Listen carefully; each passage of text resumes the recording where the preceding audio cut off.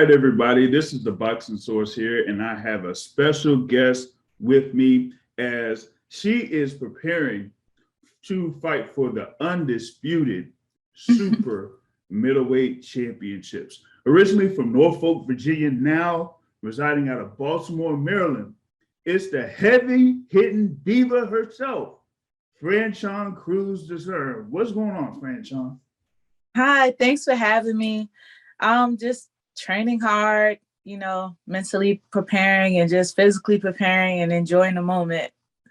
Yeah, I got you. I got you. Like I said, you got April 30th, undisputed super middleweight championship fight against Elin Cederoos. That's going to be in Madison Square Garden, part of a real big card there in Madison Square Garden. So how is it to get there and be part of that event? Well, if you knew the history on this fight, I've been through a lot to even get to this point, but I'm a strong believer in everything happens for a reason. And to be the chief support for an iconic and historical fight, not only for women's boxing, but for boxing period, is just like I'm where I'm supposed to be. Yeah, you have the main event there, Katie Taylor, there against Amanda Serrano for the undisputed lightweight championships.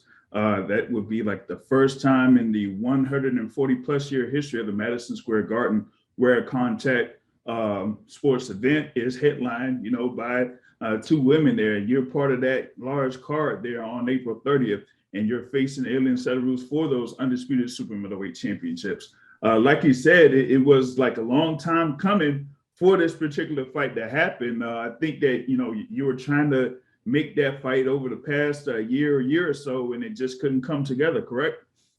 Well, the fight was made. Shout out to my manager, Peter Kahn. It's his birth celebration today.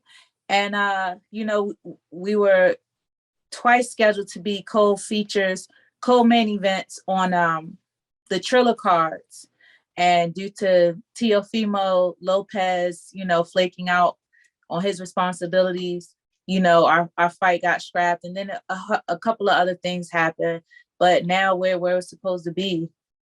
Yeah, gotcha. Yeah, you were talking about the other thing there with Teofimo Lopez when he was originally scheduled, to make that defense there against George Kambosos. I think the first one was supposed to be in June, pretty much that first week in June, and that had been, completely scrapped. And then they had like another date before they finally had that actual, fight. But now, it's all coming full circle for you as you have this fight against Elin Cederoos. It's undefeated at 8-0.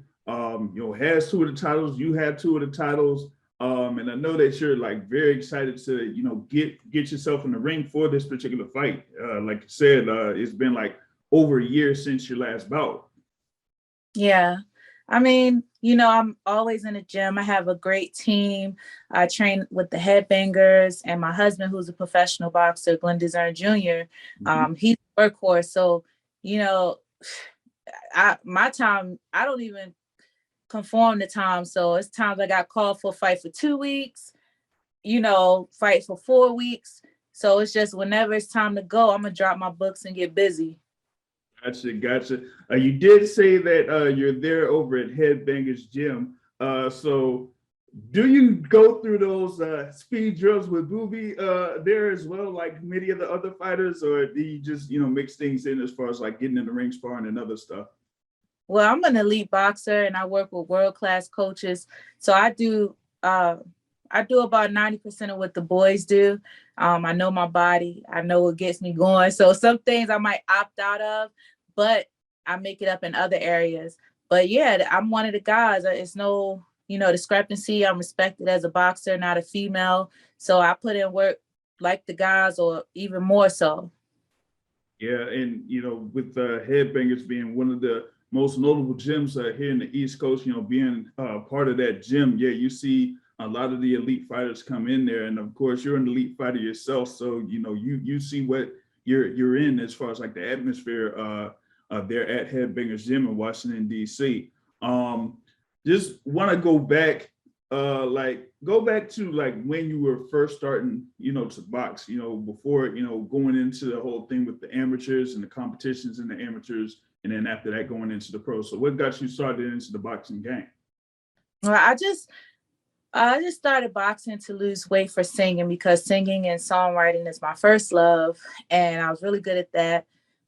I'm also a tomboy, have all brothers, so I was street fighting before I even stepped into the ring. I fought girls, I fought boys, so the fighting wasn't anything new to me. I really didn't know a lot about boxing. You just knew like the mainstream fighters like Muhammad Ali and Mike Tyson. I didn't even really know female boxers. Um, when I relocated to Baltimore, I had a mentor who said I had to make some adjustments in my life with my physical appearance or whatever.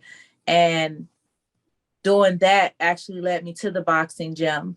By my fifth fight, I was a US Open national champion. Um, I was on team. I'm a 12-year Team USA alumni. So I've been elite my whole career, fighting internationally, seeing multiple styles. A lot of these fighters that people goose over in the mainstream, I either was there with them in the ring with them, and I'm part of that class. So transitioning to the professionals, that's why I was able to at least have a competitive fight with Claressa Shields in our pro debut because of my pedigree.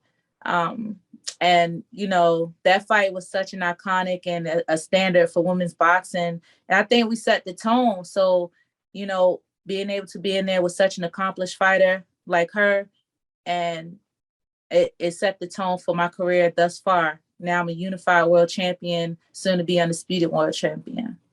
Yeah, no doubt, no doubt. Now, before I go into that thing with the pro debut, you did mention something about your upbringing, and you said also with fighting, you had the singing thing. So if you stepped into a karaoke bar, what would be your go-to song?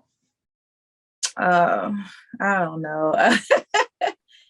Depending on how I'm feeling, maybe something by Brandy or Beyonce, even Alicia Keys. But I listen to all types of music, but probably like something from them ladies or something like throwback, like SWV.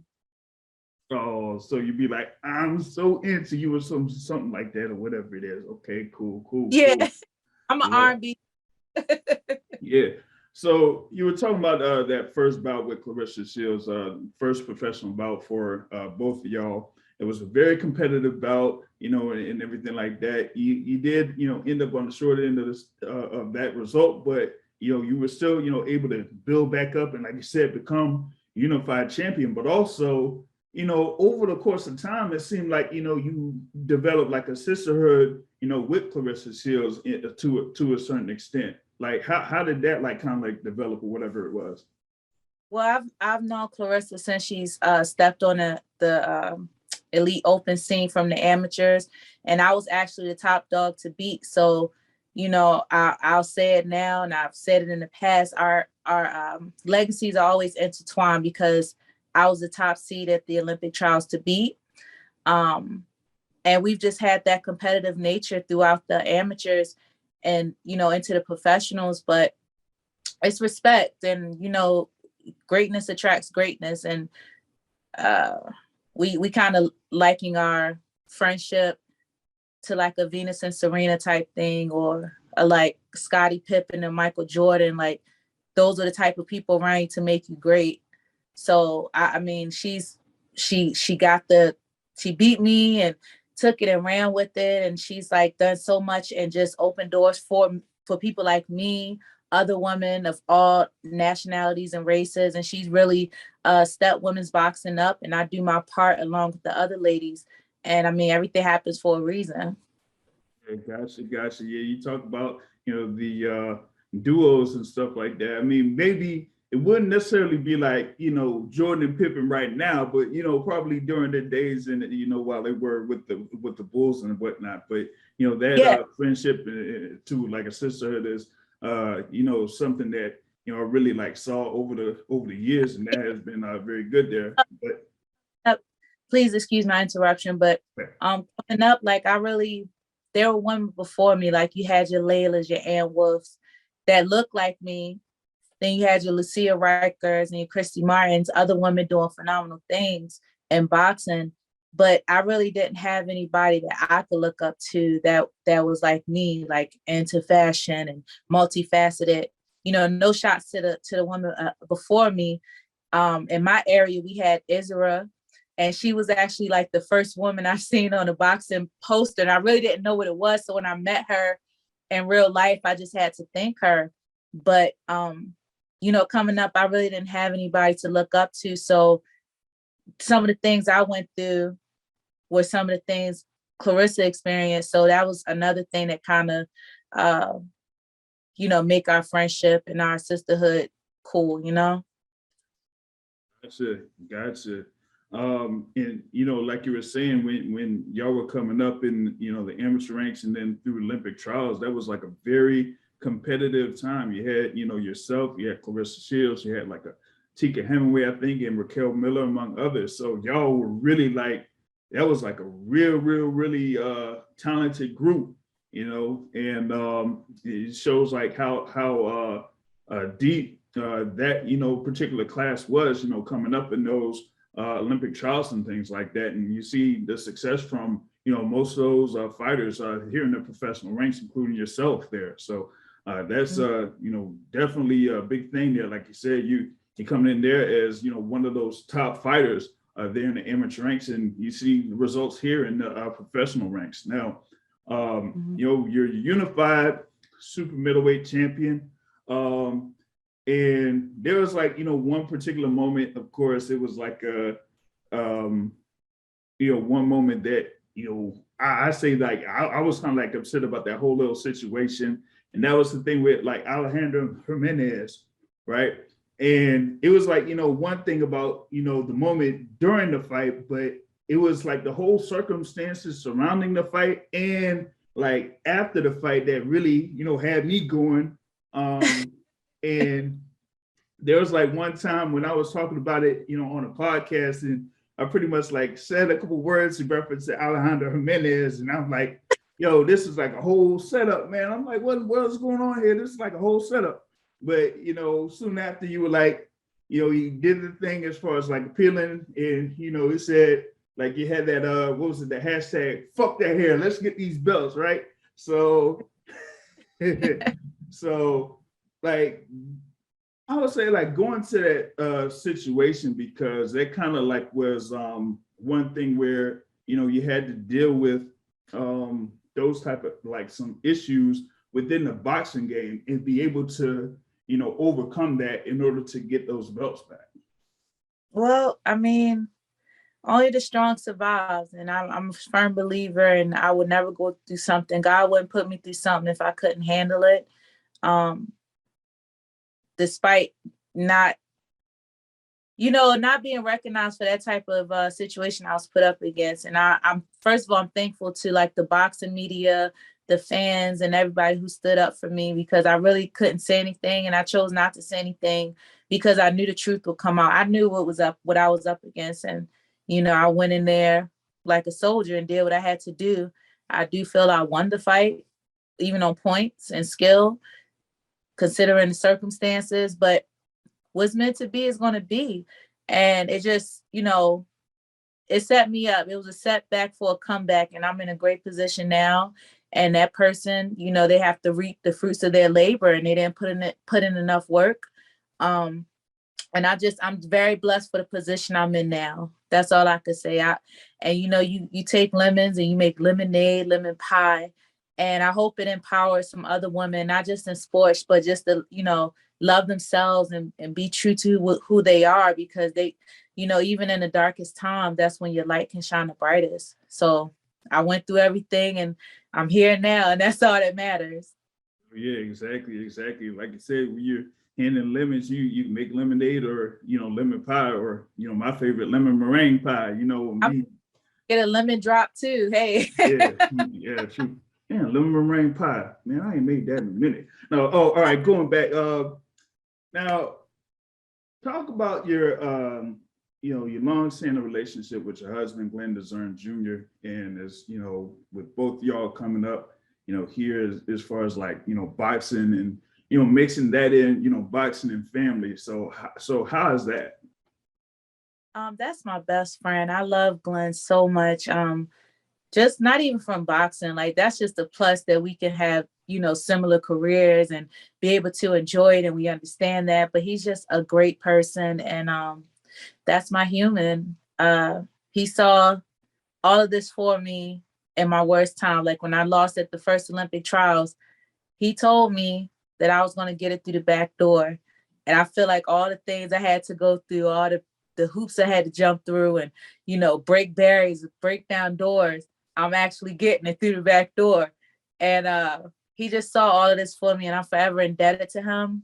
My mother was very sick for the entire time of our relationship and from the start of my career.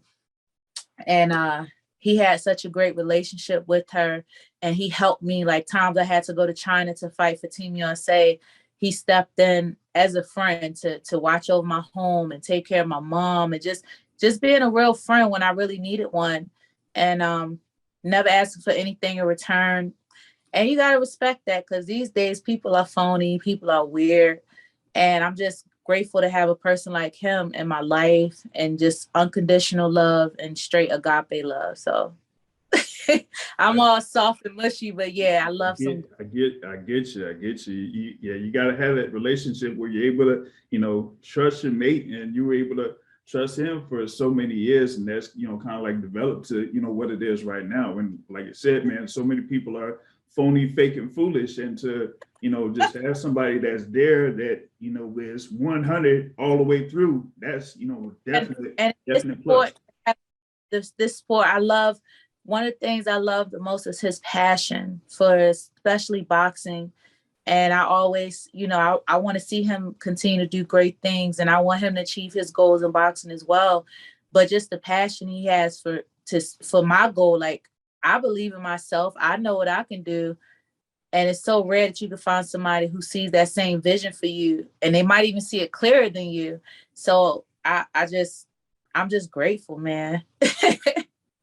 That's definitely a bonus there. Sometimes, you can have somebody that sees something for you more than you see it yourself. And that, if you have something like that, that's awesome. What are the things that you talk about as far as like, you're into, of course, the boxing, you're also, of course, with the singing thing, but you're also into fashion. And, we see here, in the background and everything like that, you got, all your stuff, shining and everything. So, I'm saying, like, how do you like get into that fashion game, and how does that, kind of like reflect on, you stepping out as far as like, in the ring, or going to the ring, or, out and about in the area? Well, I know like fashion is a form of self-expression. And my first goal was to be a singer, a songwriter. I want to be like famous, back when the hot girls were hot. And that's part of your persona. And I'm a performer, even in boxing. I'm here to win. I'm here to fight. I'm here to build legacy, but I'm also here to entertain people. And they always have such a stigma on women combat martial artists, that we're so butch and we're raggedy, and oh, we want to be men, this, that, and the third. I love everything about being a woman. I love being sweaty and raggedy in the gym, and then go shower, put my heels or put my cute jeans on. So in that aspect, my fashion sense is just my fashion sense. That's how I feel. Some days I'm like this, some days I'm glammed up, some days I'm rough and with a hoodie on. And when I'm in the ring, these are iconic moments. The way we always pull up old pictures of Ali or old pictures of Floyd Mayweather, they got it, even though they were just doing their thing at the moment, they really got it. When you think of Ali, you think of those white short shorts and that white robe. You think of Mayweather, you see those fur shorts, so that Mexican outfit he fought in, and for me, I'm just doing my own thing, Yeah, I feel you. Yeah, those, Ali, you had Tyson, you had, him with his iconic black trunks, and, like I said, Floyd Mayweather with his various outfits, like I said, Mexican outfit and other things that kind of like had them stand out, so when you coming into the ring, you got to look sharp and fresh and everything too. So you gotta be able to stand out. this is me. I mean, for as long as I can remember, and other people who've known me for the duration of my career, this has always been me. I'm just me, from the sunglasses to the hair to the outfits. Just that's me. And I feel like the further I go into my career and just my life period, I'm just going to really embrace it.